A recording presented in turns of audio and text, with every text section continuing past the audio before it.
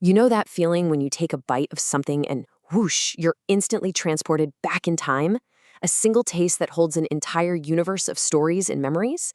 Well, that's exactly what we're diving into today, through the incredible journey of one of Spain's most beloved foods, the croqueta. Okay, to really get the magic here, we have to start with this one beautiful description. The author calls his grandmother's croquetas small, portable cathedrals. Just think about that for a second. Not just food, but tiny, edible temples holding something sacred inside. And that's really the big question we're asking, isn't it? How can something so simple, I mean, it's just fried bechamel, become something so profound? The answer, as it turns out, starts in a very specific place, a grandmother's kitchen in Madrid. So our journey begins with a deep, personal connection. This isn't just about a recipe. It's about how flavor can become a direct line, a portal, straight into the past, connecting the author to his childhood and his family's history. It all starts right here, in Yaya's kitchen. Yaya, by the way, is a super common and affectionate term for grandma in Spain. And for the author, this kitchen was pretty much the heart of his entire world. And what's so fascinating is that this recipe wasn't written down anywhere. Nope. It was passed on through family whispers, through secrets shared over a simmering pot. It was a completely oral tradition, not just a set of instructions you could read. And because nothing was written, it was a recipe learned by hand. You didn't measure the flour. You felt the texture of the dough.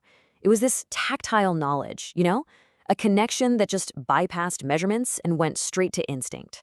This brings us to a concept called edible memory, and I just love this idea. It frames the croqueta not as a dish, but as a living archive. Every single ingredient is like a pixel, and when you put them all together, they form a complete picture of family tradition. How cool is that? So how does this very personal edible memory play out on a much larger stage? Well, we're about to zoom out from Yaya's quiet kitchen to the bustling streets of an entire city. In Madrid, the search for la mejor croqueta, the very best one, is a citywide obsession. Seriously. It's a title that bars and taverns compete for with an almost religious fervor. This is big business. But this whole thing creates a fascinating tension.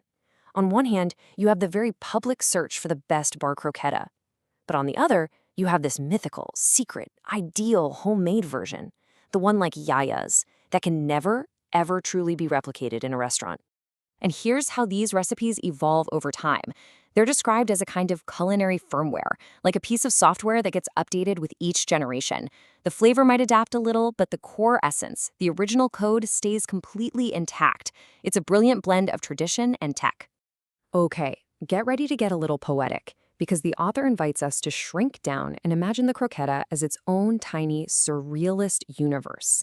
It's a fantastic way to think about all the complexity that's hidden in just one simple bite. At the very heart of this universe is the bechamel sauce. But it's not just a sauce. The author calls it liquid metaphysics, a substance that does way more than just bind ham and flour together. It binds memories, ingredients, and even time itself. And the outside? That crunchy, golden layer of breadcrumbs is imagined as constellations shining on the surface. Each crunch is a point of light and texture, guiding your palate through this tiny cosmos of pure flavor. This all leads to this incredible fusion of old and new. The croqueta is called a glitch memory package. It's like an ancestral code, a piece of old-world data that's still running perfectly in a modern kitchen. Every single bite connects the past and the present. From the cosmic and the poetic, let's come back down to earth for a minute. We're going to ground ourselves in the very real science and physics that go into creating that perfect, transcendent bite. It all starts with a number, 180 degrees Celsius, which is about 355 Fahrenheit. This is the absolutely crucial temperature for the frying oil. It's the sweet spot that makes sure you get a perfectly uniform, golden shell that doesn't soak up a ton of grease. And the result of all that precision? The crunch. But it isn't just a texture. It's described as music for the senses.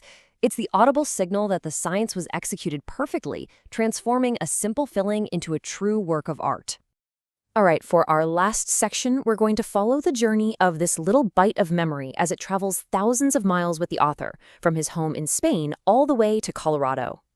Once it crosses the ocean, the croqueta's whole meaning transforms. It's not just a taste of home anymore. It becomes this powerful symbol of identity.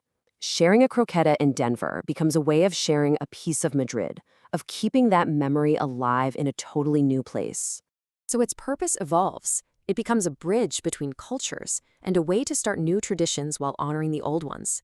That idea of a portable temple comes right back, but now it's carrying the soul of Spain across borders, making it becomes an act of resistance against forgetting and a celebration of where you come from.